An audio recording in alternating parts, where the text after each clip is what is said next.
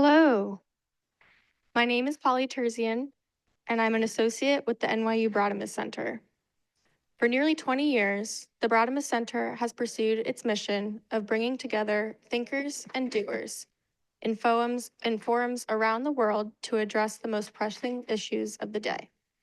Welcome to our in-person audience and to those of you tuning in virtually from afar. Tonight's event marks the second in the Broadamus Center series, Changemakers in Focus, a set of conversations with leading changemakers drawn from a range of fields, from politics and journalism to the arts and tech. These discussions will explore the common themes and unique experiences of how interviewees are making impactful change on politics and society today. For this evening's program, we welcome Melanie Aycock, Digital Brand Manager at the Independent Center, Catherine Whiteford, Co-Chair of the Young Republican National Federation, Joe Vogel, Maryland State Delegate, who will be participating virtually, and lead interlocutor for this event series, NYU alumni Megan Vasquez, politics breaking news reporter for the Washington Post. Just in time for the 2024 U.S. presidential election next week, the panel will discuss the now generation of U.S. politics, Millennials and Gen Zers, and the current influence that these generations have on the political environment today. Please join me in welcoming our panel, both in person and online. Thanks, everyone, for coming out tonight. I know that it's a very busy time here in Washington, D.C. I can attest to being busy myself, and as we were talking backstage, busy for all of you. So thank you so much. In thinking about organizing this event, I was thinking a little bit about the political coverage that I've been working on for the last year and a half, and thinking about the role that young voters are playing in influencing our nation right now. I've been thinking about specifically things like the increase in activism on college campuses in the last academic year. I've been thinking about how a vice presidential nominee for the first time is a millennial, which is crazy to me. I've been thinking about who these voters are, trying to answer the question of what do they want? What are they motivated by? And that's why I decided to try and bring us all together today and sort of suss out and get a better sense of who these voters are. So I'd love to start off by seeing if you all could introduce yourself. Delegate Vogel, if you could go first. Yeah, well, hello, everyone. I'm so sorry that I couldn't be there in person. Can you guys hear me okay? One moment. Can you hear me? I'm good now? Okay, great. Hi, everyone. Sorry I couldn't be there in person. I am in Tucson, Arizona. There is an important election I hear happening in 7 days, and apparently where we are right now is going to be an important decider of the outcome of that election. So I am here on the ground, and it's exciting to be on the campaign trail in what is a incredibly consequential election. I represent Gaithersburg and Rockville, just down the street from where you all are right now in the Maryland General Assembly. Have been in the General Assembly for 2.5 years now, and ran for Congress earlier this year. So really excited to chat about the experiences that I've had both in office, running for office, engaged in political activism and in campaigns, and see if we can try to find some common ground across party lines today, which is one of my favorite things to do as a legislator. Melanie? Yeah, so I'm Melanie, and I am feel oddly out of place, I'll admit. I'm typically not in front of a crowd. I'm working in the back as a graphic designer and visual brand identity designer. So I'm very happy to be here. I work more with the independent side of things. So perhaps not as busy this election cycle as maybe it should be. That's me. Catherine? Hey guys, I'm Catherine Whiteford. I'm the co-chair of the National Young Republicans. Before I was I just got elected to this position last summer. And before that, I was the state chair for the North Carolina Young Republicans. And for those that don't know what our organization is, our age group is 18 to 40. The Young Democrats have a parallel organization to us called the Young Democrats.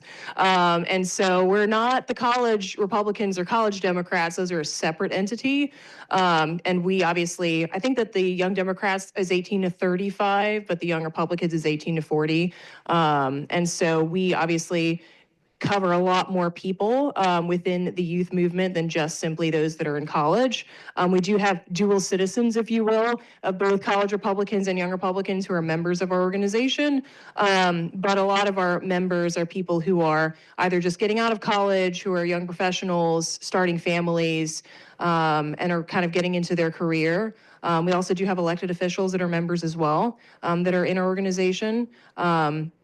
And so, yeah, I'm just excited. I'm from North Carolina. I'm outside of Charlotte and Concord.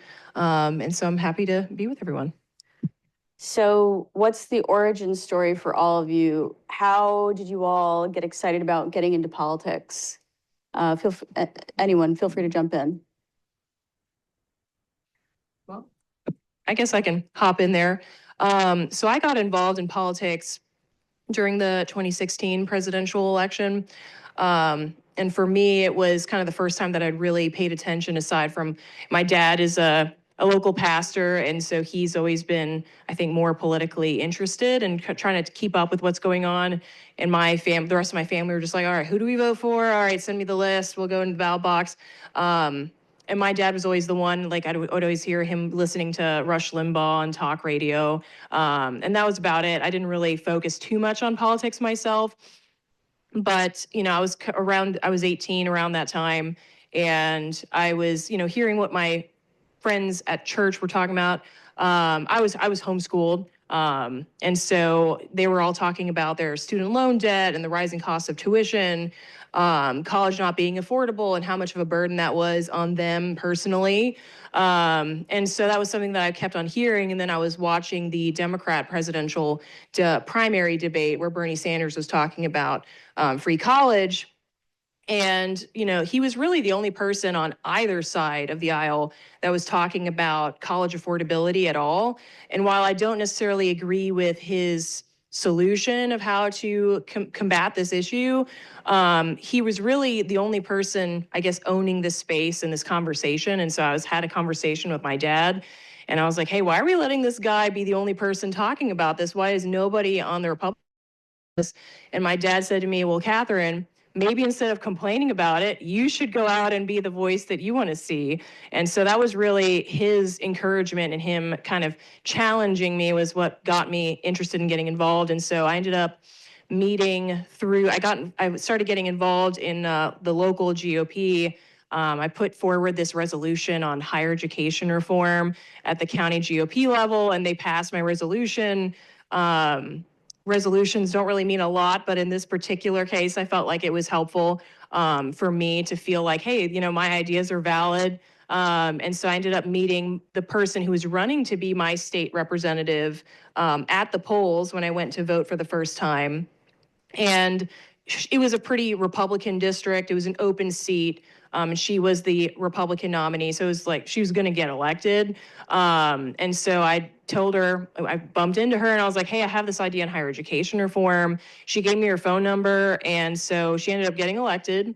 And then she ended up writing her first House bill on the idea that I had for higher ed reform. And so, me being just this kind of socially awkward homeschooled kid, not really knowing what I was going to do with my life or what my purpose was going to be, or if my ideas were actually even good ideas. That was really the first time that I felt like, hey, this is maybe the purpose that I have in my life, to actually affect positive change and that you don't have to be, quote, someone, you don't have to be someone, but you could be any person that wants to make positive change. And that's what I got out of that interaction, is that, hey, if you are involved, you can be a part of these ideas. And people like this lady, they want to hear from people that are their constituents about their ideas, and especially young people who generally don't reach out to them, I feel like, with their ideas. And how are they supposed to know what we care about when that's not their life experience? Anyway, sorry for that super long answer. I think I was definitely more on the theoretical side of things. I was never much into policy and kind of the ins and outs of that. I really liked the bigger picture ideas. I did come from a conservative bubble in Georgia. That's where I grew up. And I think when I was in high school and I had a libertarian government teacher, which is interesting. So that's the first time, quite frankly, that I realized that there was a world outside of just that little conservative bubble that I grew up in, and I really liked it. So I then in college started exploring a little bit more, took a lot of political theory classes. They finally told me I had to take a public policy class to graduate, so I did take one. But I loved exploring the theoretical and kind of what humans are capable of doing, and kind of the behavioral economics behind that. So that's really how I got more into the political sphere. I tried to get a little bit more into the libertarian side of things. Things get a little weird over there. So that's actually how I landed in the independent side, because I having been from that conservative bubble, and then also being in this political system that we're in, where it seems to be this false dichotomy of Republican, red versus blue, Republican versus Democrat, I really wanted to get involved in something that opened the gamut up for that. So. The screen. So, for me, it's been a very unconventional journey into public office, into politics generally. I was always a very curious kid growing up. And that led me to getting involved in different community service organizations. And through one of those organizations, I met she was a community leader. And then one day I find out that she's going to run for the state Senate. So I show up to her office. I say, hey, like, I want to help you out. I'm interested in, taking action on climate change. I'm interested in different gun safety advocacy, right? Or different issues related to gun safety. And just was really passionate about somehow getting involved in my community, and started working on her campaign, knocking on doors, making phone calls. Realized that I loved that kind of work. I loved the impact that I can make on campaigns, and kept kept going. Ended up working for Secretary Clinton's campaign in 2016. Took some time off from college to go work on that campaign, and then I'll fast forward, but after when I was in grad school, I reached out to that same now state senator that I had volunteered for as a high schooler, and I said, I'm interested in maybe one day serving in public office back home. And she said, what about right now? And I said, oh, like, I don't know about that, but with her encouragement, I ended up challenging a 16-year incumbent in our state legislature. And what was an extremely unlikely victory, we pulled it off. At the very beginning of that race, I would walk into people's homes and have coffee meetings with them, or just chat about what the race would look like and what the election was like, and folks would literally laugh in my face and say, "There's no way that you are going to pull this off." But we had an incredible grassroots organizing infrastructure, raised a lot of grassroots money, and pulled off quite an upset there. So and then from then on have loved the work that I've been able to do, and the impact that I'm able to make in my community. So something that sometimes my friends and I talk about, particularly given that now I'm a little over 30, sorry, I hate to admit that, as we talk about the lean years. And the lean years for me was living in a really ratty apartment in a ratty part of town where there almost wasn't any public transportation, but I was scraping by for the first couple of years that I was here in the DMV and sort of moved my way forward. I want to know, what was it like in those first couple of years when you all were trying to push yourselves into the political sphere? Did you feel like there was space for you? And did you feel like it was financially feasible to be able to be politically active in your community and dedicate enough time where you could, like, you know, for a lot of people, it's like, I have a day job and I'm also volunteering for this campaign, those kinds of things. What was it like for you all in what I'm calling the lean years? Maybe it's still the lean years. It's lean years for a lot of people. So think I'm still in those lean years, but this is I think my favorite question I've ever gotten. could you unmute, Joel? Oh, am I on mute still? There you go. You're good. Oh, this is my favorite question I think I've ever gotten during a panel because it's making me think about those lean years. I think in some ways I'm still in those lean years, but there are a few different anecdotes that I remember from along the way. When I was first trying to work on the Clinton campaign in 2016, I was 19 years old. And the idea of hiring a 19-year-old, I think for a lot of folks is like, why would we do that? So I remember like I put in so much effort just to get my foot in the door and get that first job. One memory in particular, it was like 2016 Democratic National Convention in Philadelphia. And I knew like that was the week that I was going to go all in to try to get a job. And I ended up volunteering. I was a volunteer driver for one of Secretary Clinton's family members. And that meant that I didn't have a hotel. They gave me the keys to a car. I was staying with a friend in the suburbs, but the last night of the convention, I didn't have time to get all the way home. So I literally slept in this van on the streets of Philadelphia just to try to get that job, and it worked out. And I worked for Cory Booker for. I don't recommend doing that, by the way. I worked for when I was working for Cory Booker. I worked for Cory Booker for 2 years, Senator Cory Booker. Including the year that he was running for president. And was one of the first people on that campaign. And we were in a campaign that raised a ton of money, and my salary reflected that. So there were three of us living in this small little, like 1.5 bedroom apartment in Newark, New Jersey. I lived in the living room.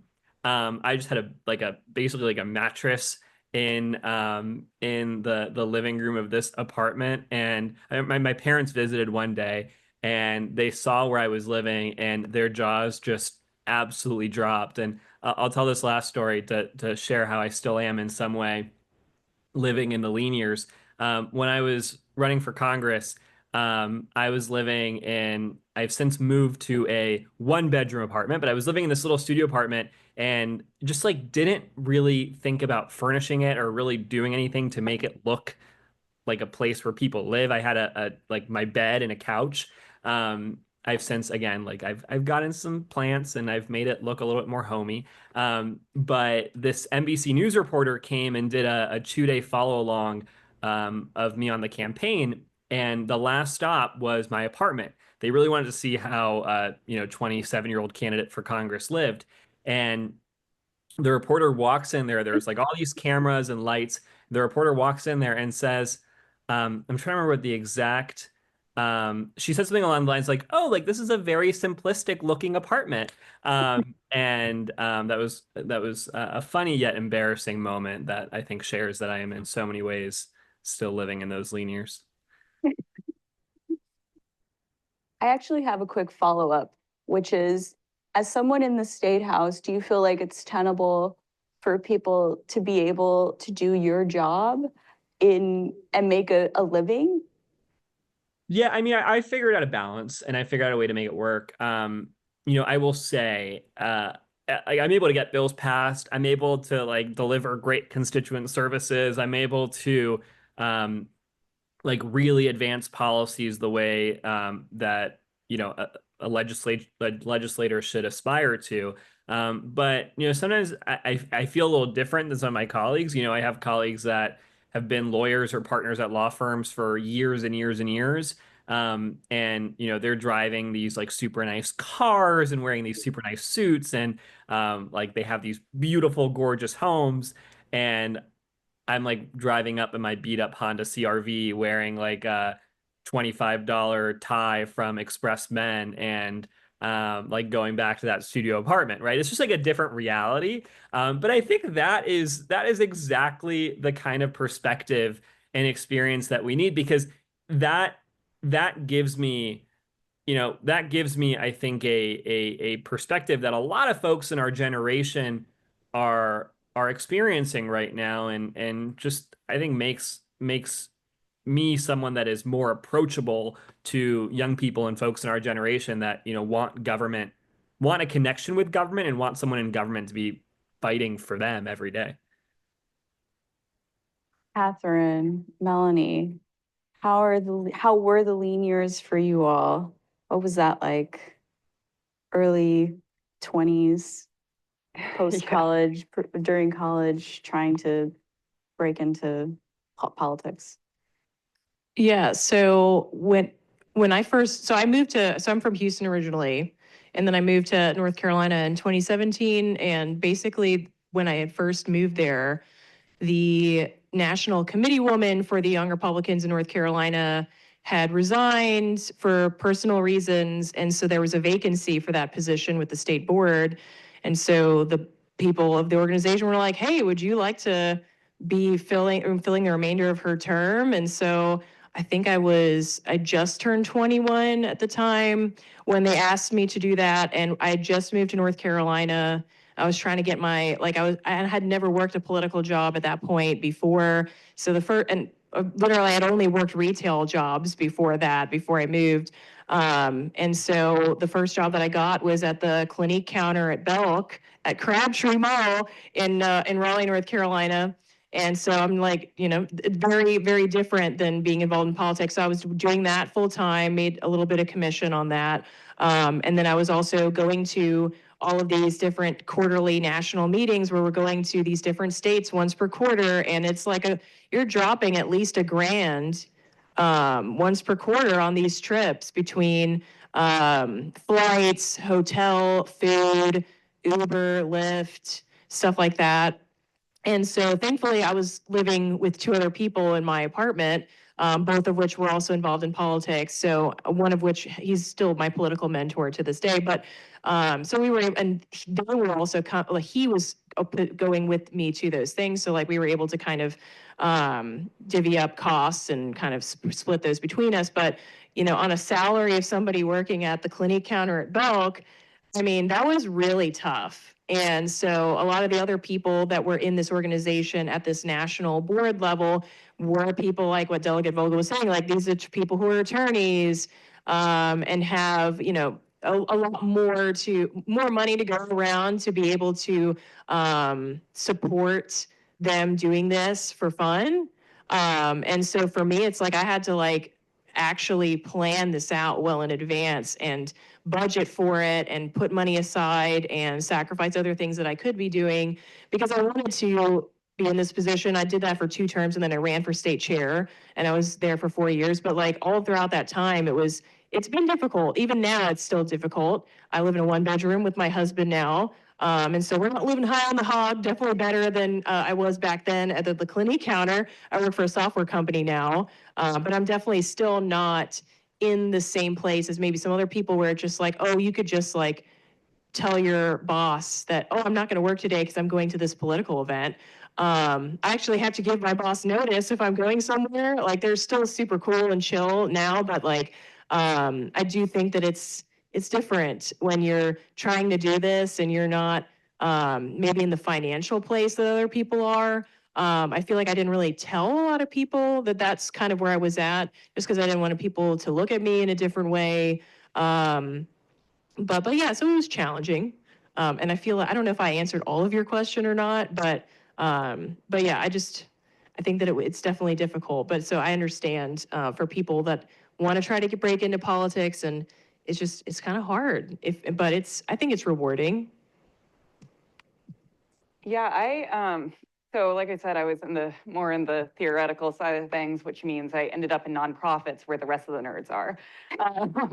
And they don't pay very well, as you can imagine. But the plus side, unlike y'all, was that I was surrounded by people who were in the same situation as me. So it was a whole bunch of young 20s who should not have been in charge of as many things as we were. And it was so fun. I loved it.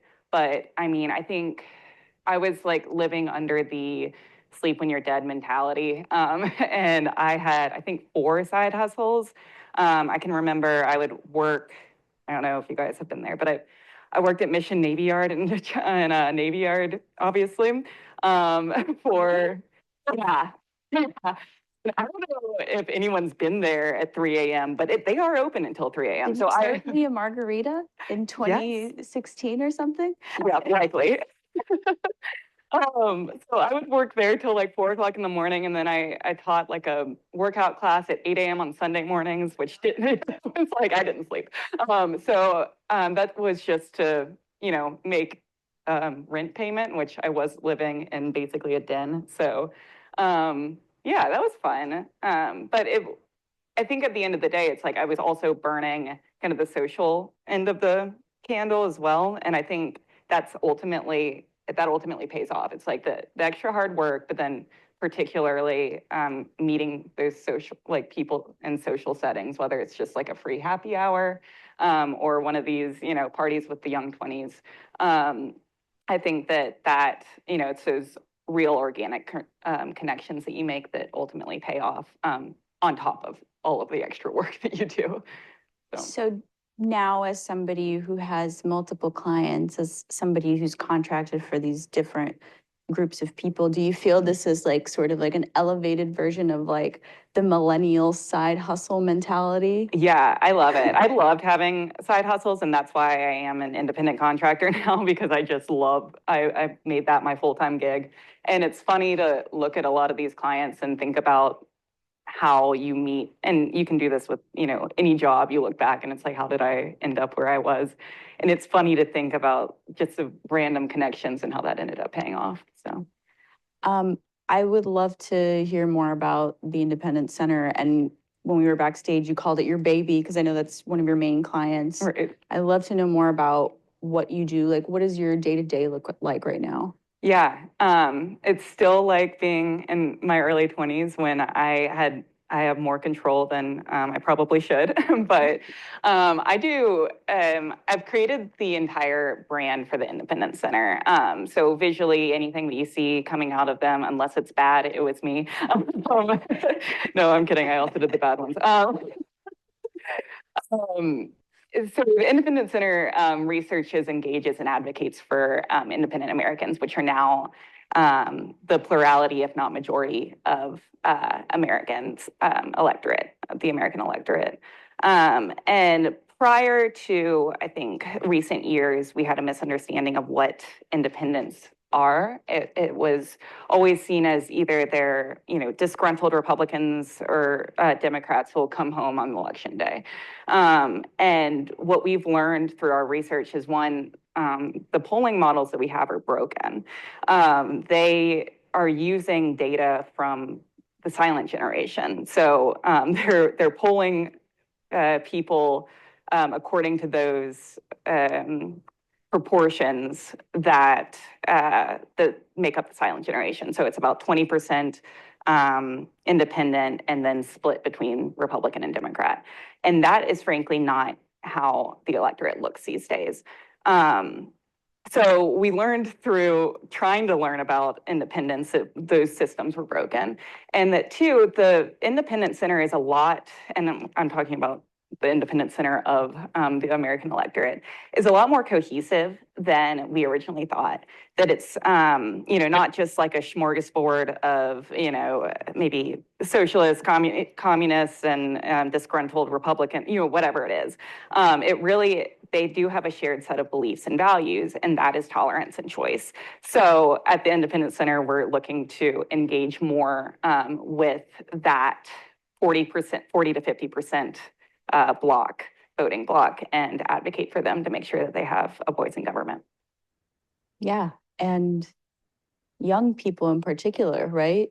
That sector of Americans who are identifying as independents, it's a lot of young people. I mean, it's gonna. Yeah, I think you can't talk about millennials and Gen Z without talking about independence. Not to steal the show here. I'll shut up, I promise. But I do think that's interesting that in 2005 is when we really started to see this shift of independence becoming the plurality. And there were times between 2005 and 2012 that that would fluctuate a little bit, but almost without exception, between 2005 and 2012, independents were always the plurality of the electorate. It's interesting that millennials were also coming of age in 2005, and by 2012, they were pretty much all part of the voting bloc. After 2012, it's exclusively been independents have been the plurality or majority of the voting bloc. So Wow. it's like the Venn diagram example, but they very much overlap in that realm. So, sort of in the same vein, I'd love to hear from Delegate Vogel and Catherine more about what is the messaging like when you're trying to reach younger voters, and I guess voters under 40. Do you find that the way that you're trying to engage has to sort of be tailored in a way that political operatives these days maybe aren't doing as much in their line of work because they're more focused on different parts of the electorate? How are you talking to younger people? I say younger because up to 40 is kind of getting middle age. Go ahead. Oh, okay. Maybe that. Okay. All right. That's a lot better. Oh, I saw that much. But yeah, I think a lot of it. I have conversations with some of my more independent friends that are around the same age as me, and a lot of them like to complain about what's going on in the political sphere. But what I like to try to remind them is that politics is going to do you regardless of if you want to do politics. Because a lot of them say, "Well, I don't do politics," and it's just like, well, it's going to happen regardless. Do you want to be a part of what shapes what your future is going to be? Because you're going to have to live in it regardless. That's one thing. I feel like the other part, and I think that Delegate Vogel could probably speak more to this, but making them understand just how much you can actually be a part of influencing policy and ideas if you're actively engaged within the party structure. Because if you're not there, the other people that are there are going to be the ones giving those different ideas, maybe ideas that don't align with what you would want your lawmakers to bring forward.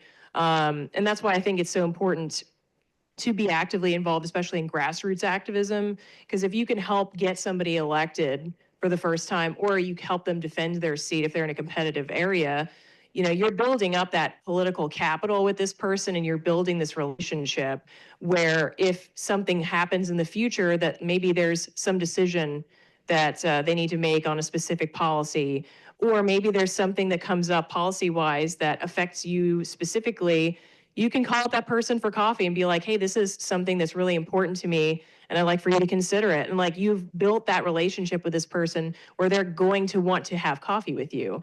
If you hadn't built that before, that may or may not happen. So I think that it's so important to be active within the political structure.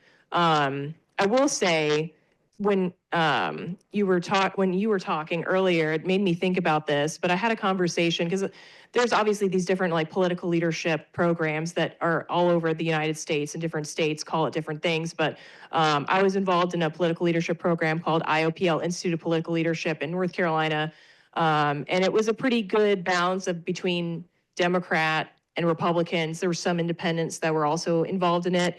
Some of which were already elected officials, political operatives, people who were just interested in being a part of the program.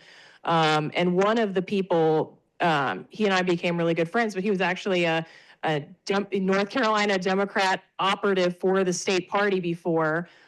He wasn't at this point, he was working for the state, but he used to be on the political side, and both of us are around the same age, and we've been active in our respective parties. And something that we both talked about was how more and more of our generation are registering unaffiliated or independent. And so they're not able to be these candidates that these parties are recruiting.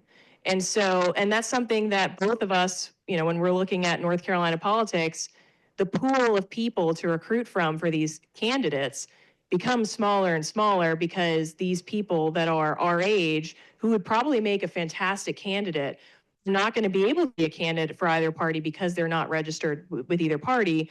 And then that brings up the concern of, I guess, the further right or further left of those parties becoming larger influences because of the fact that these people who are our age group, who may potentially, if they were registered, be more of like considered like a moderate Republican or a moderate Democrat, they've removed themselves from the equation of even being there.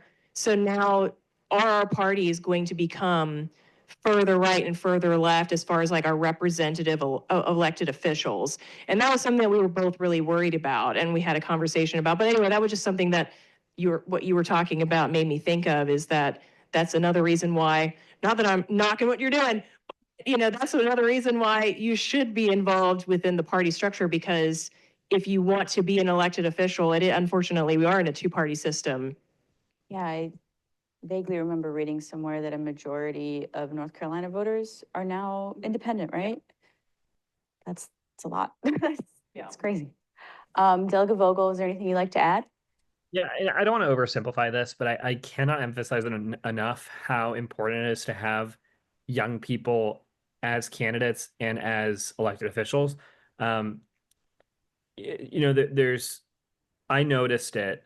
I noticed it I see it as a state legislator now, where, you know, when young people come to the state house, there is a level of excitement and connection where they see someone that is, you know, I'm older than a high school student, older than a middle school student, but there's a level of relatability there that makes people feel seen and feel comfortable within government.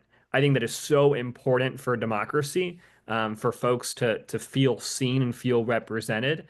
And politically, right?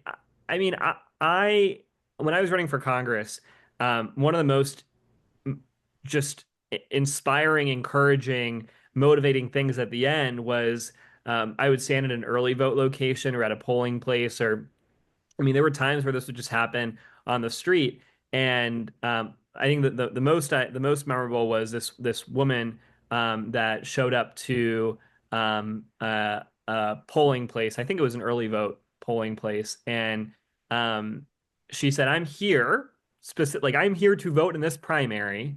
Specifically because my children, who have never cared about politics ever before, asked me to come and vote for you, right? And that level of enthusiasm, like we didn't even see that on a day to day, right? Like when we were polling people, like we didn't really see you don't over poll young people, right? You don't, they're not typically voters, right? They're less likely to turn out to vote, so they're less represented in your polls. But there were these young people that were paying attention, high school students and college students. I still get messages now. I got one the other day from someone, a constituent of mine, that I think she wanted to go to the vice president's rally today in DC, and she DM'd me. I didn't know who she was, but she said, "Hey, like, I live in your district. I voted for you, was so excited to cast my first vote ever for you. And I'm really interested in getting more involved in politics. And I was wondering if you knew any way to get to the vice president's rally today." So the reason that I think it's so important is not only because we generate the kind of energy that we need to win elections, but we also bring people into the political process.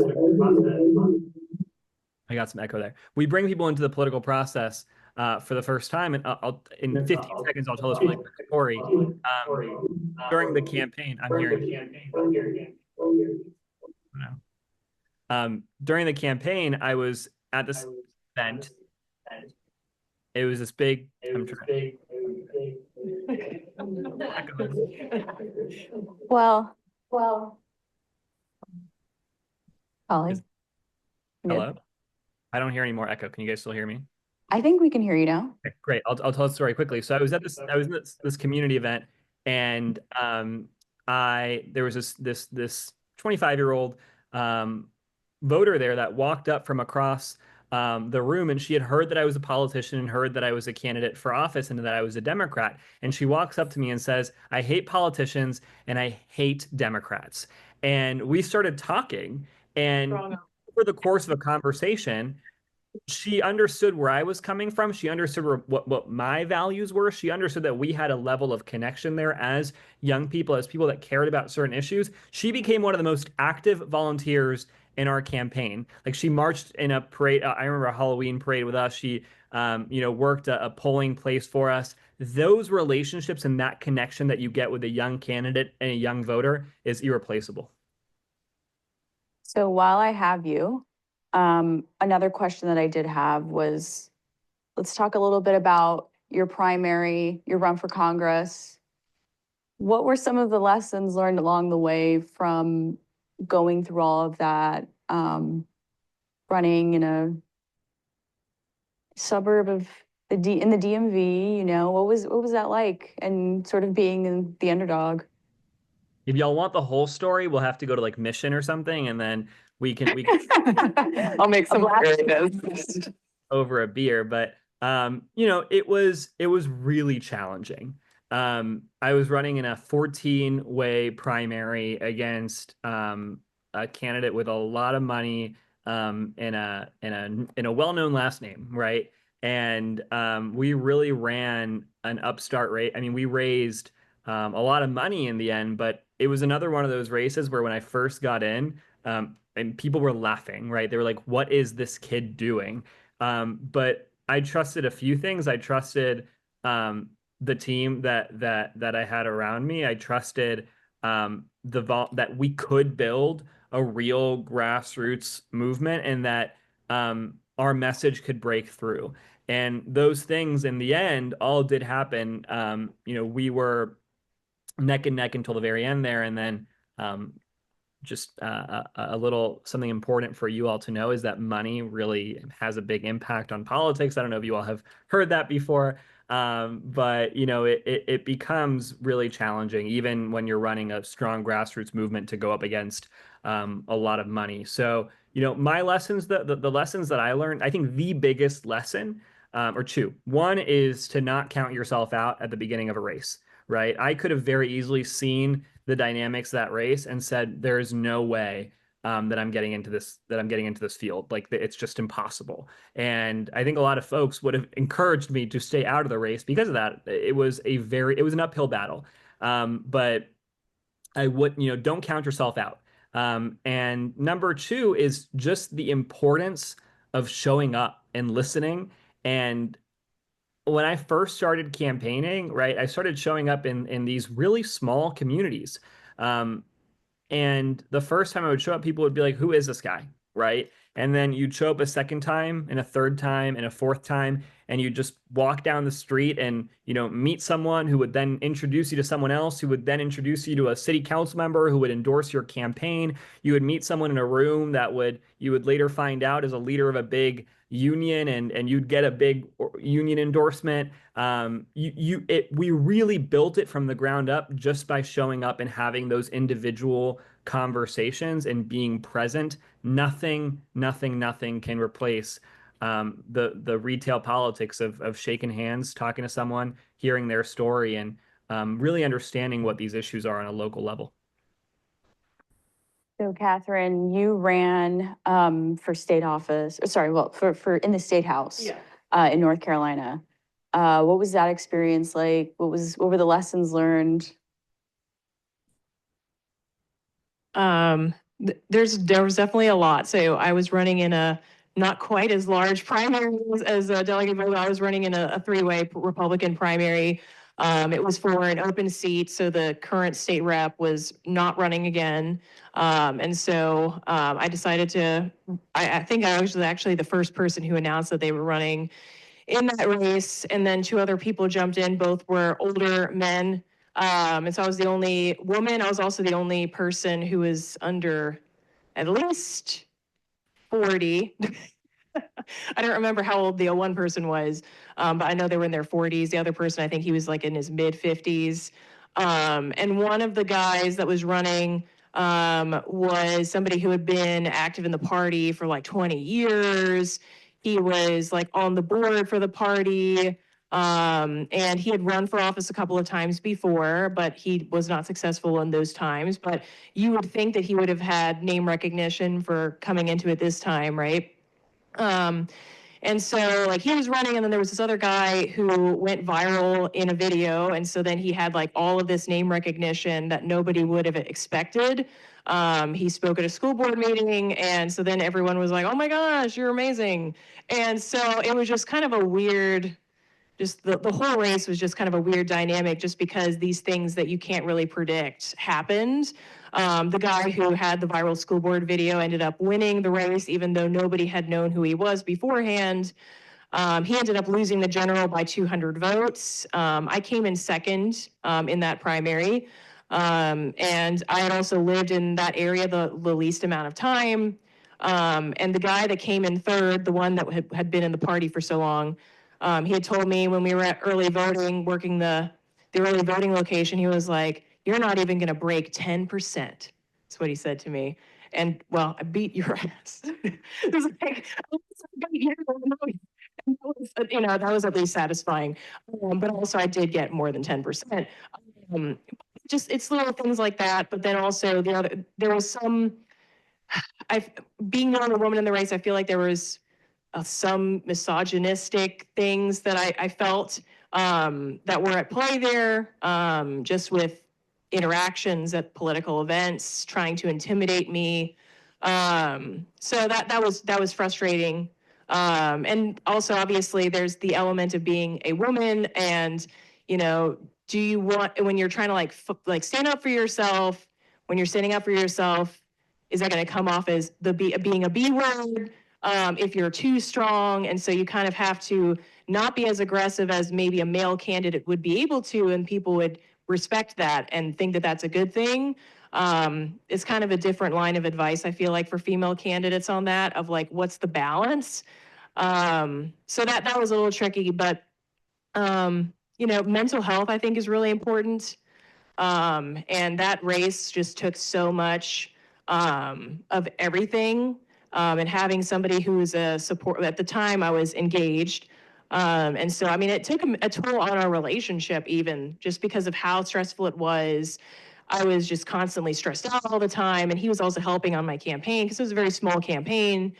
And so you just have to make sure that your mental health is being taken care of when you're running a campaign, because if you're not doing things for yourself, even making the little bit of time, it just makes everything a whole lot worse. So I think that was something that I learned from that, was that, you know, I needed to take better care of myself if I'm going to do this in the future. Because I did kind of run myself ragged. But I think that even with all of the heartache and just the frustrations of the campaign, and obviously coming up a little bit short, I learned a lot from that experience. There was a lot of people within the community that I got to meet because they were either running for the first time and got elected, or they were running for re-election. And so we were working the same polls together. And so I got to know them in a way I wouldn't have been able to have gotten to know them if I hadn't run, and developed a lot of those relationships. I think that have helped me in the community moving forward. So I don't think that was completely a loss. And then there's, you know, knocking doors, I think, was the part that I actually enjoyed the most, because you know, people don't expect for the candidates and be knocking on their door. I think it's so much harder when you're a volunteer versus being the candidate, because people are like, oh, you're the candidate. And so, you know, then they actually do want to talk usually. And so, I mean, there were plenty of times where I'd have somebody who would invite me into their home, although I was a little sketched out with the first person who asked me to come in their home. Especially being a woman, you're like, is this a little sus? That was fine. I'm still here, right? But you know, I ended up having this hour-long conversation with this guy who was a veteran, and he was disabled. So like his daughter had opened the door, and she was like, "Hey, we'd like to have a conversation with you." He wouldn't have been able to have had that conversation with me at the door. So like I had to actually go into their living room and have this conversation. He had said that I was the first person that had ever, like a candidate that had ever knocked on their door ever. And so like that went a long way with those people. And I've had plenty of other conversations with people. I talked to this 81-year-old lady named Grace in her front. She was doing yard work, and then we ended up having a conversation that she wanted to pray over me.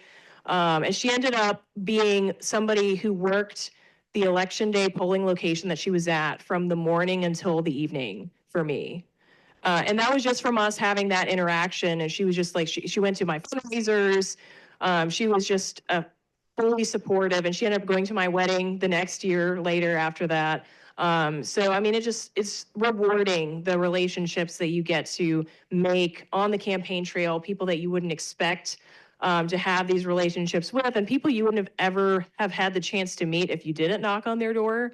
So that part was really cool. And I appreciate the fact that, because I knocked 22,000 doors in my race. And so I think that even though I was the person that was there the least amount of time, probably had the least amount of name recognition considering the circumstances, I overcame a lot of those things because I was knocking on, in some cases, multiple times in the same areas.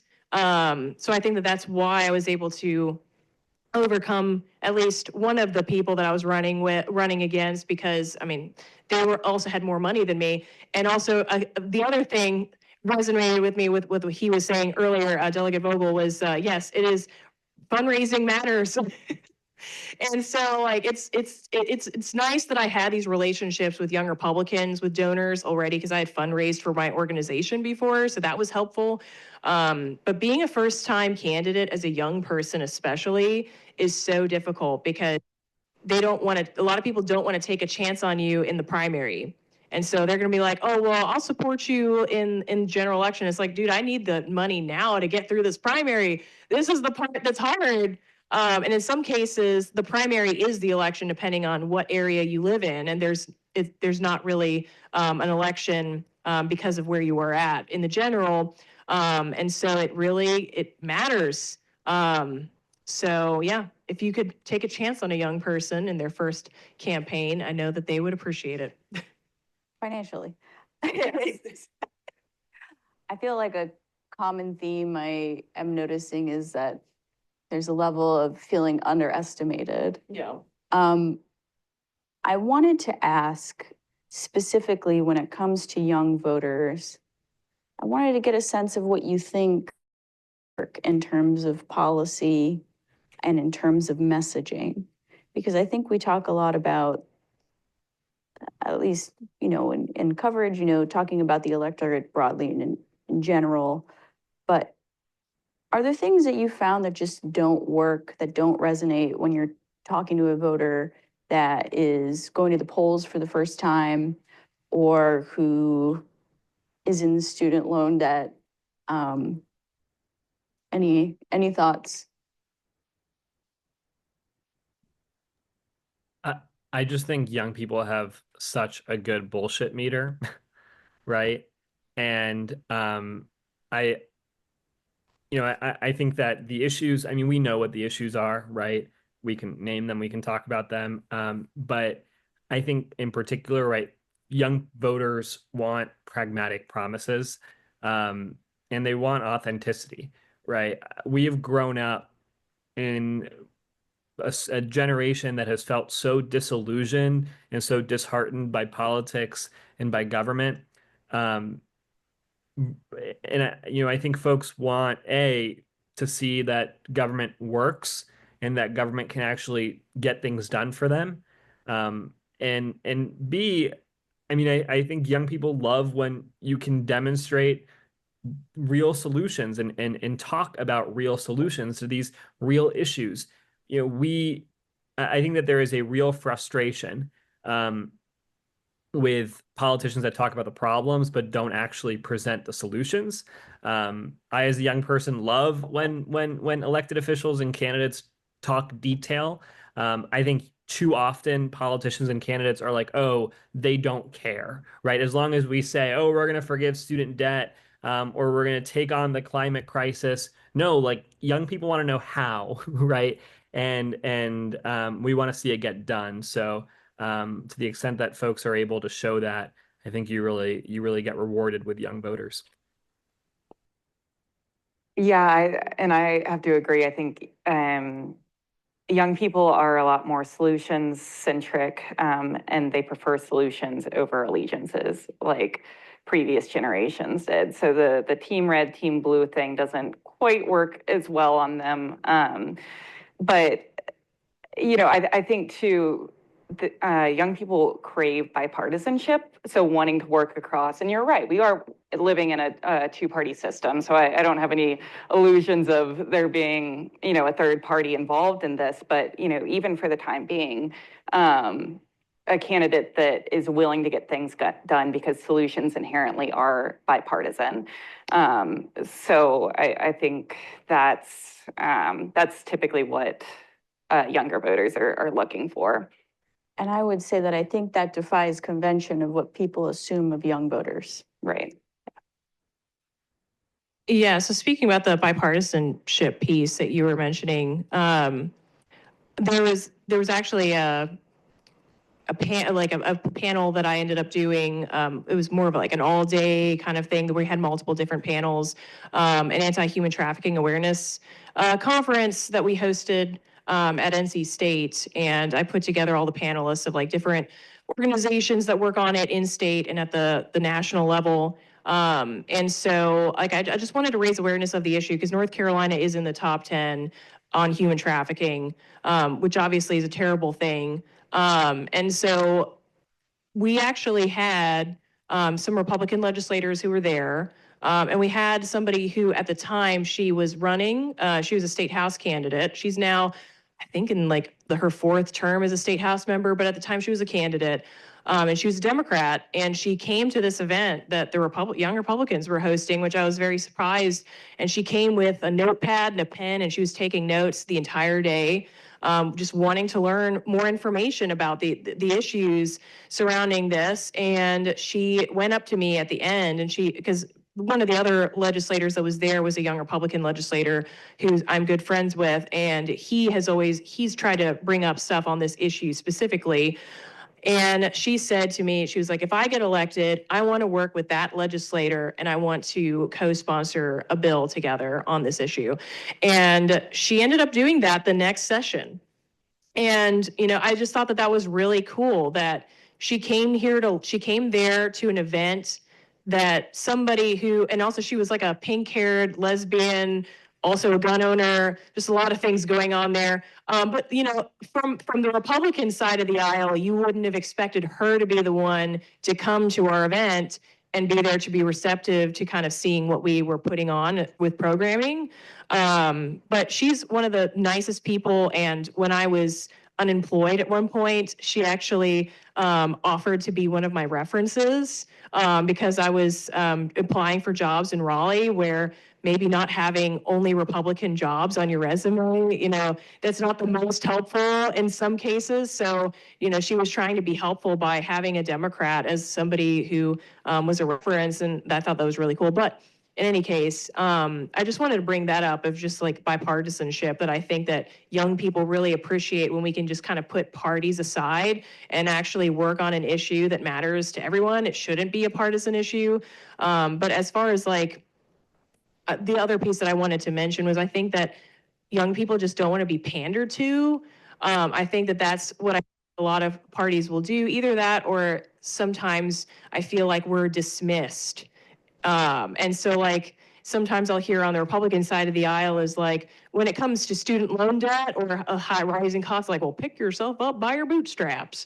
And it's like, well, when you did that 30 years ago, it was a whole lot different. And you definitely did not have this many, this amount of student loans when you did the same thing. So it's just a very different lived experience, although I think that that's been getting a little bit better over time. But I do think also like the podcast space, I think has been really helpful. And I think a lot of people within our age group tend to gravitate towards not the cable, not the traditional news. We tend to like to consume our stuff through political podcasts or just things, like Theo Vaughn is now like the interviewer of our generation, like talking to people from both sides of the aisle. He did a really amazing interview with Bernie Sanders.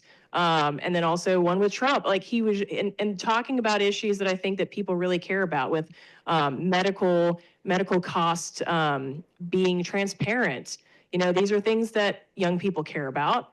And hearing both, you know, Trump and Bernie Sanders addressing these issues that, you know, I think that everyone cares about, I think is really helpful. So I just appreciate that we're in a time where you can have more authentic conversation in long form versus just these cut clips of what either party wants people to hear. So before I pivot to questions, just a quick question for you all. What does 2025 look like when everything's said and done? Are you all going to be lounging on a beach in Mexico like I am?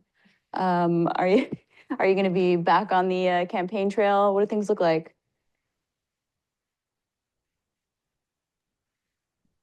Anyone? All right, I guess I'll take it. Well, so the position that I'm currently in is a 2-year term, so I will be running for re-election as co-chair. So we're going to be campaigning around the U.S. to our different organizations. But aside from that, just continuing to be more involved in my local community, because obviously I have aspirations outside of just being involved in Young Republicans, and I'd like to continue to be involved at the local level. But are you talking about also like what our predictions are, or just like what we think? Yeah. What are you planning to do? You know, have a life. Regardless of who's in office. Have a life outside of knocking doors and campaigning, I guess, would be nice. I was actually in Tucson, Arizona, knocking doors a couple of weeks ago, so we've traded places. But yeah, I'm looking forward to maybe taking a couple more hikes and spending a little bit more time with my husband, because he's actually been working in Atlanta, Georgia, also in campaigns. And so I haven't really seen a lot of him over the last couple of months, so it'd be kind of nice to see my husband. What's it going to be like to be building on the Independence Center? I mean, I imagine there's probably a lot of stuff that's going to start going into gear post 2024. Yeah, so the Independence Center we've soft launched, but we haven't fully launched. So we're looking more at 2028 anyway. So and I think especially in my role as a brand designer, building a brand is about building a relationship. And in a lot of ways, I think that that's the future of politics, is building relationships. So branding is part of that. So it's steady. Thankfully, I'm not knocking on any doors, but just ramping up, continuing to refine the relationship, and yeah. Delegate Vogel, I want to know specifics about what legislation. I'm just kidding. What are you doing in 2025? I mean, look, this is the challenge. I feel so much uncertainty right now. I think a lot will depend on what happens in 7 days. I think I'm like thinking about, I don't know when we'll know the results, but like the Wednesday or Thursday after, I'm like, oh, like that will determine a lot of things. But one thing for sure is I know I'll have another exciting and ambitious legislative agenda for session. I'll just to give you a view into how I legislate. So during we're in session for 4 months of the year, and then for those 8 months, I'm coming up with new ideas, and my team and I are drafting different bills. And I have the little notes app that you have on your iPhone. I just started I feel like every other day I'm starting a new note with a new bill idea, or I'm having a conversation. I was just having a conversation with someone in Michigan who started telling me about how Minnesota regulates their nursing homes. And I'm like, wow, that is a great idea. Pulled out the notes app, wrote that down. So I probably have like 50 or 60 bill ideas right now that we need to narrow down to like 15 or 20. So we're going to have some fun next session. We're going to get some things done. All right. So we're going to move on to questions. I'd love to hear more about what questions you all have related to our guests come up in politics. I just want to thank you all for all your perspectives. It was super insightful, especially Ms. Whiteford being the only woman, and also at such a young age, how you pushed through the challenges. I resonated with that. So for my question, I wanted to ask, as younger generations step into political leadership, what strategies are most efficient in actually building a trust with older voters and also more established political institutions. I know you kind of touched upon that with like going door to door, but a little deeper. Yeah, so that was actually something I was like, dang, forgot to mention this when we were talking. So I'm kind of glad that you brought up this question. And if I don't answer it fully, let me know. But something that I think that has been really cool to see, specifically in North Carolina, is that we're about to have a young Republican member as our Speaker of the House next year. It's basically like it's kind of a done deal unless we don't have a majority, which I doubt. I think that we'll either have a supermajority of Republicans in the state house or we'll have a majority. It's going to be one or the other. But Destin Hall is in leadership now, and he's basically been endorsed by all of the other leadership to be the next speaker, and he's in his 30s. I think that that's really cool to see, and I think that that's going to maybe shift people's perspectives on allowing for young people. Maybe not allowing is not right the word, but looking at young people in a different light of being able to put them in these positions. And so I think that that's really cool. And then also something that I've been working on is, and this is an initiative that the National Young Republicans are doing, is we're trying to start Young Republican legislative caucuses in all of the different state legislatures. And so we did one in North Carolina, and so we have about a dozen young Republican members in the Senate and the House combined that have joined this caucus. They actually filed the paperwork with the state legislature to make this a legit thing with the state legislature. So it's on the books as being this young Republican caucus.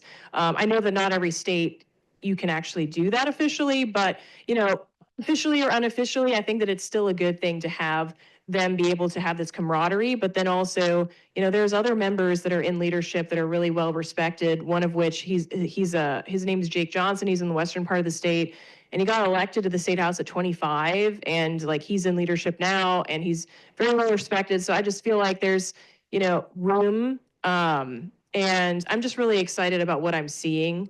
I'm also excited about just having these young Republican legislators, because what we're trying to build is this network across the United States of these young Republican legislators so that they can kind of bounce ideas off of each other of what they're doing in their states, and maybe that's something that they could do in another state. And we're trying to kind of ALEC is a conference that a lot of legislators go to, and trying to actually have young Republicans be a large part of that, and having receptions there and showing that, hey, these young Republicans are members, and we have our own thing going on. But I also think that the older generation does want to see younger people, because I think as they get older, they're like, who's going to take on this torch when we're gone? And I think that that's probably something that they are worried about. I mean, I'm sure that I know of some who don't want to relinquish power, but I think that there's plenty of, and I've talked to some because they endorsed me when I ran for the state house, even in a contentious primary. One of which he was like, I really want to see more young people. I want to see more young women elected, because I think that those voices are necessary to be heard. So I think that that's really encouraging to see older legislators who are willing to not just behind closed doors be like, I support you, but publicly going out and saying, I support this person. I think that they're the best person for the job. Hopefully that answers your question. Questions?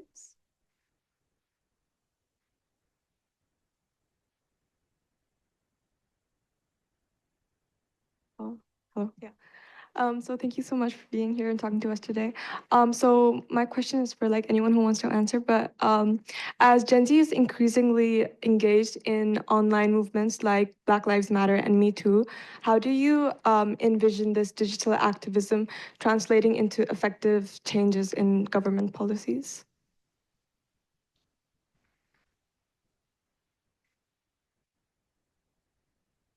Delegate Vogel, would you like to take that?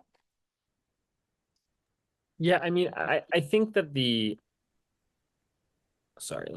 I think that the challenge here is, I see it from a state legislative standpoint, right? It's bridging whatever, regardless of what the social movement is, right? If it's digital, it's bridging the gap between the online world to the reality that we have as legislators every day, right?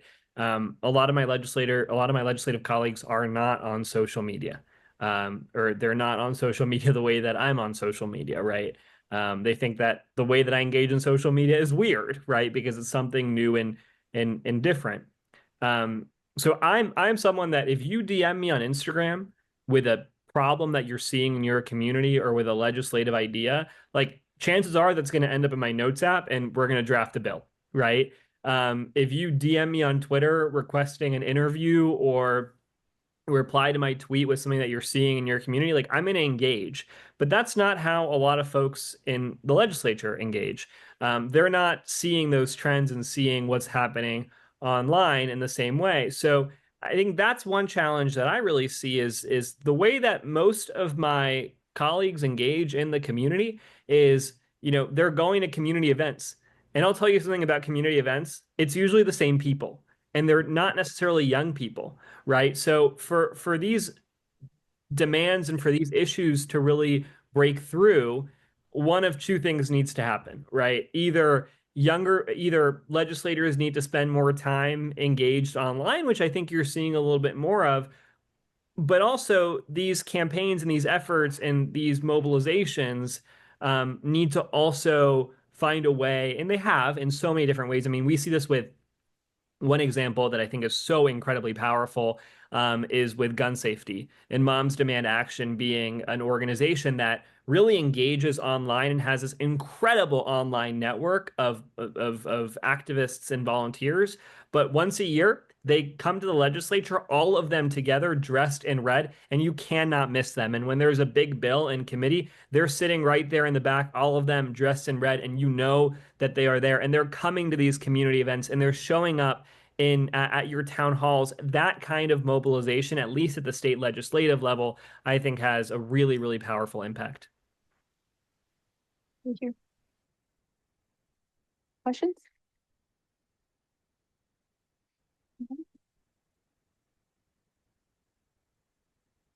Thank you guys all for talking to us. I definitely enjoyed your guys' conversation. A question I had was, what role do you see young voters playing in the election in 7 days? What do you guys think? Especially you touched on being an independent voter. What role do you think that plays in the upcoming election and just overall, just young voters? I think it's not even so much about the next 7 days, but it's going forward, because we have seen, so millennials and Gen Z currently make up the plurality, but the next election is truly when will be the full majority. And I think that, as Delegate Vogel mentioned, our bullshit meter is pretty pretty well tuned. And I think that things are going to change significantly for the next election. And if not, there's going to be a problem, because I think, the more disillusioned we get with politics, the less people show up. So I think young people have a great opportunity in the next 4 years, even 2 years, to start making their voices known, that we need to change something in the system. And I think through social media and through actually showing up and, even voting for, split ticket or third party, that makes an impact, and that might shift either, party platforms or even the political structure as it is.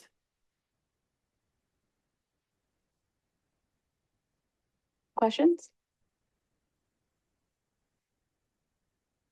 There's no more questions, and I think we'll wrap it up. Thank you so much to our panelists. Thank you.